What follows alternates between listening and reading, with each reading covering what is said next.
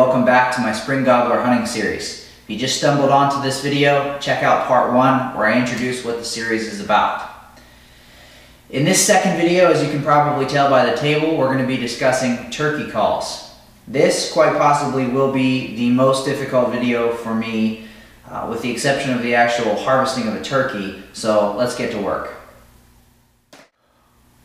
Wild turkey have a very diverse vocabulary, and because of that, there's quite a diverse selection of calls available on the market today, and I'm going to do my best to try to navigate through just some of the different options. This will definitely be one of the more subjective areas, as a lot of the options and choices that you'll have are based on personal preference, and there's going to be trial and error involved. Remember, this whole series isn't me telling you what to do.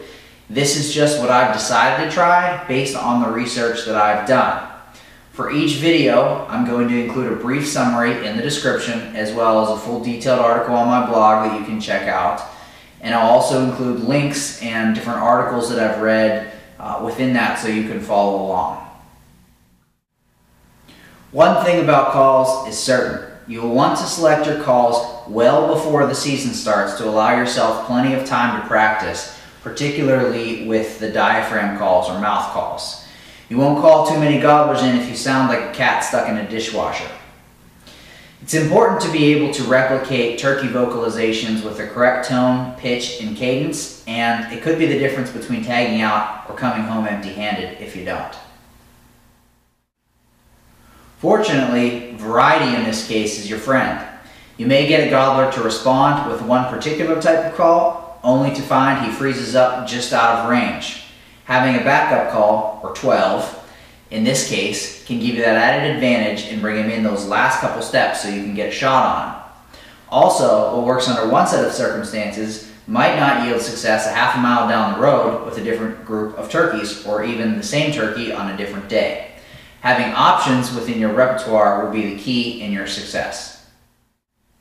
As I mentioned, it's important to mimic calls as close as possible, but don't feel bad if it takes you some time to get used to each of the different calls. I certainly haven't mastered calling myself. So, like I said, don't feel bad if you don't quite stack up to some of the pro hunters you'll see on TV, because they've probably been calling turkeys as long as they've been talking. If you can mimic the sounds close enough, usually you're going to be able to get a gobbler to respond. And actually, last year, Bone Hunter and I were at a local Gander Mountain, which just happened to have a field next to it, and we had bought a new box call. Actually, it was this Primo's call. And I just ripped it out of the packaging, and we were practicing in the parking lot, and all of a sudden I realized that a tom had run out of the woods, and it was running through that field straight to us. It's too bad I didn't have my shotgun, although I don't know if Gander Mountain would have liked that. But lesson learned, I hadn't really even made that great of calls on the box. I just picked it out of the packaging. I wasn't really sure what angle was best or how much force to use on the friction call, but I still was able to get a gobbler to run in, and I didn't even know it was there. But I think the lesson learned here is just do your best whenever you're using a call. Most of them today are going to be good enough, with the exception of the mouth calls, because that's more user error than anything else. But most of them are going to be good to go right out of the box. I think the other thing I learned from this is that you can't be so scared of making a mistake calling that you don't call at all. It's more important to be careful with accidentally making an alerted call like a putt when you're trying to make a cut or a cluck, more so than being exactly on pitch or cadence when calling. Before we cover the different types of calls, let's quickly take a look and briefly discuss some of the actual sounds we're trying to replicate and what they sometimes mean when a turkey makes them. I'm going to show you just a few clips of some of the sounds turkeys make and an example of when they would. These audio clips are free and available to all, courtesy of the NWTF, so all credit for the audio goes to them. I've included a link in the description as well as in the blog post so you can listen to them as well. The first call we're going to listen to is the cluck. This is typically just a call used to get attention of other birds. Let's listen to what the cluck sounds like.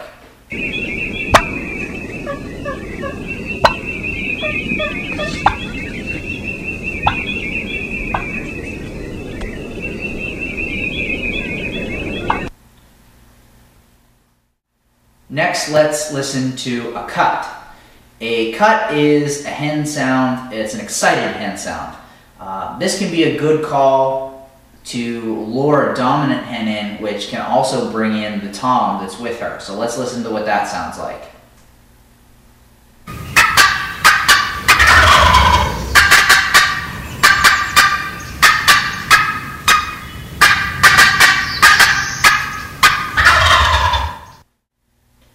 Next, let's listen to the yelp, and there's actually two types I'm going to play for you. There's a plain yelp and an excited yelp. This also can be used to lure in a tom, or again, another dominant hen, and bring whatever tom is with her into you. So let's listen to the plain yelp first.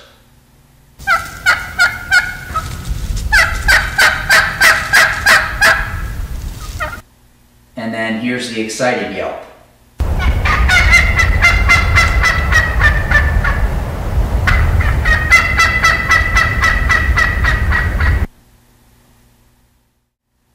Next, we're going to listen to the purr, and the purr is kind of like a sound of reassurance to the rest of the birds that everything's well. Oftentimes you'll hear turkeys purr whenever they're eating.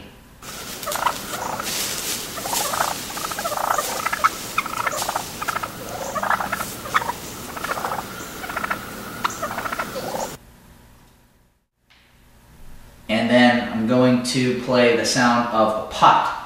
A putt is an alarm call used to alert other turkeys of danger. Maybe they've seen something that they don't like, or something has startled them, and this is an alert call that they use to let the other turkeys know that something's wrong. So let's listen to the putt.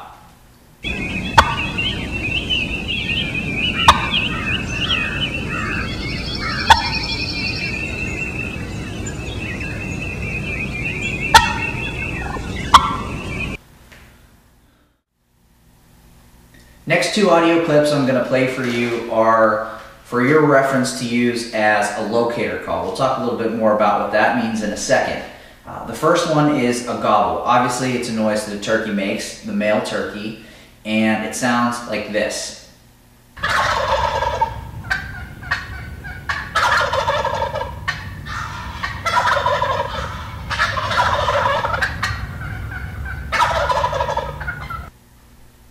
And then the owl call. The owl call is another locator call, and the owl sounds like this.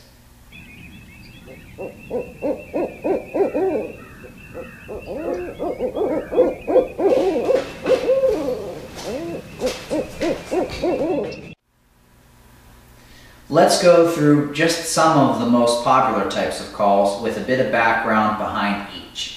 Keep in mind, this isn't an all-encompassing list. There's just simply too many types of calls. But in no particular order, there is the diaphragm call. As you see, I've got these up front, also known as the mouth call. These are small, hands-free calls that can be placed in your mouth. These are the most difficult to master, but they're also very important and very versatile. With practice, you can replicate pretty much any turkey sound with this call, and the ability to call without using your hands means both hands can be on the gun.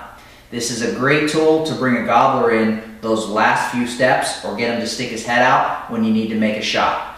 Starting with these calls, practicing early is going to be a key in your success, because it does take some time to master these calls. It's hard for me to give you a starting point with mouth calls, unfortunately, because everyone's mouth is going to be different. What works for one person might not work for another. Fortunately, these calls are relatively inexpensive, and oftentimes they can be purchased in multi-packs. So it's easy to try multiple calls and figure out what works for you. I personally started with the more simple designs and worked my way up onto the more advanced, multiple reeds, different cuts with different notches. I practice on my commute to and from work, so that gives me about an hour a day of practice. I haven't mastered it yet, but that's why I'm starting early, because it takes some time.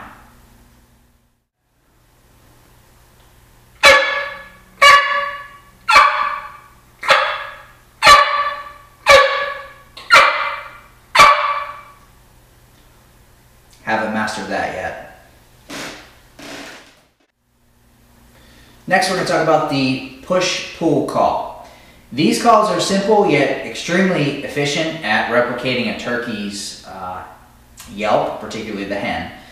You simply push or pull the call to create a good yelp tone. This can be a great call for a beginner that hasn't quite figured out the yelp on the mouth call like myself, but its versatility adds value even to an advanced hunter's call arsenal.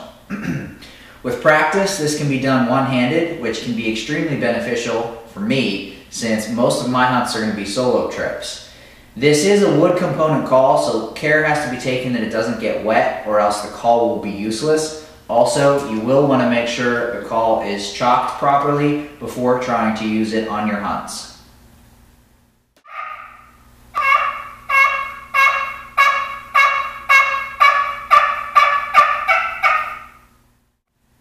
The box call. The box call is another call that excels at making yelps, but it can produce a variety of sounds with practice. It's a little trickier than the simple push-pull call, but it's easier to master. Again, this is wood, so care has to be taken that it's kept dry, and you also need to make sure it's chalked properly.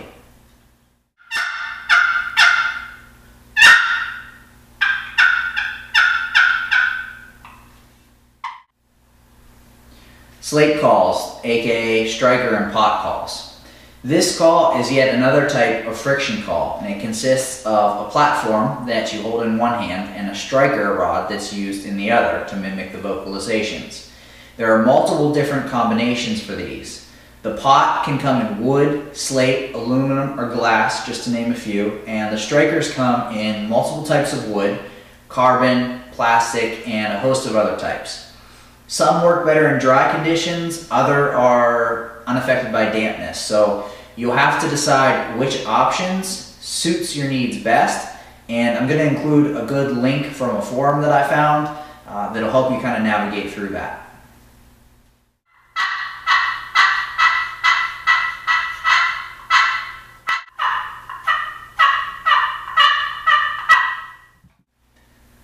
The owl call. The owl call is a locator call used to elicit a shock gobble in early morning or late evening. A shock gobble is when you make a noise that, for whatever reason, elicits a turkey that's nearby to gobble. This is a great tool for pinpointing roost locations the night before your hunt. And when you use these owl calls, the cadence you want to use is "who cooks for you, who cooks for you all."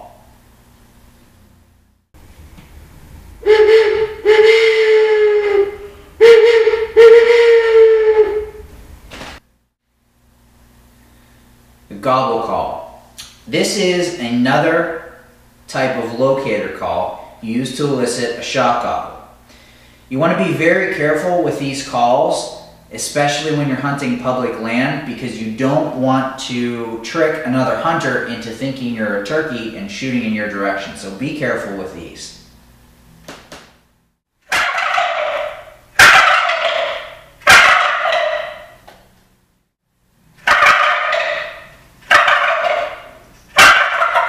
That's a turkey, huh? That's a turkey. Again, the key to mastering turkey calling is starting early and practicing a lot. Nothing is going to be a better teacher than Mother Nature when it comes to listening to examples from real turkeys, but the links I've provided are a pretty close second. I don't know if I'll be able to master the mouth call before the start of the season, but hopefully with practice I'll be good enough to at least get my simple calls like the cut and the cluck down to be able to get a gobbler to stick his head up when I need to make that shot once I've lured him in with some of my other calls. With the variety of calls that I have, I've got a good arsenal and a good starting place.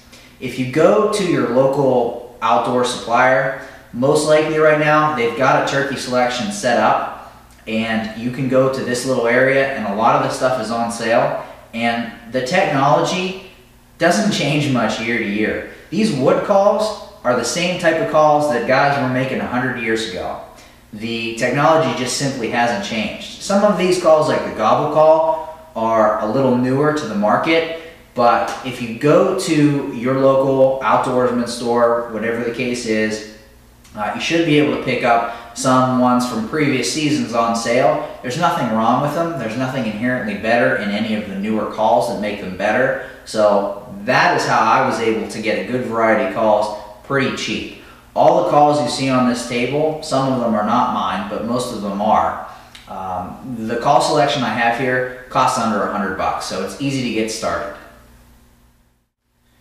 This was certainly not an all-encompassing video on the different types of calls that are available because there's simply too much to cover.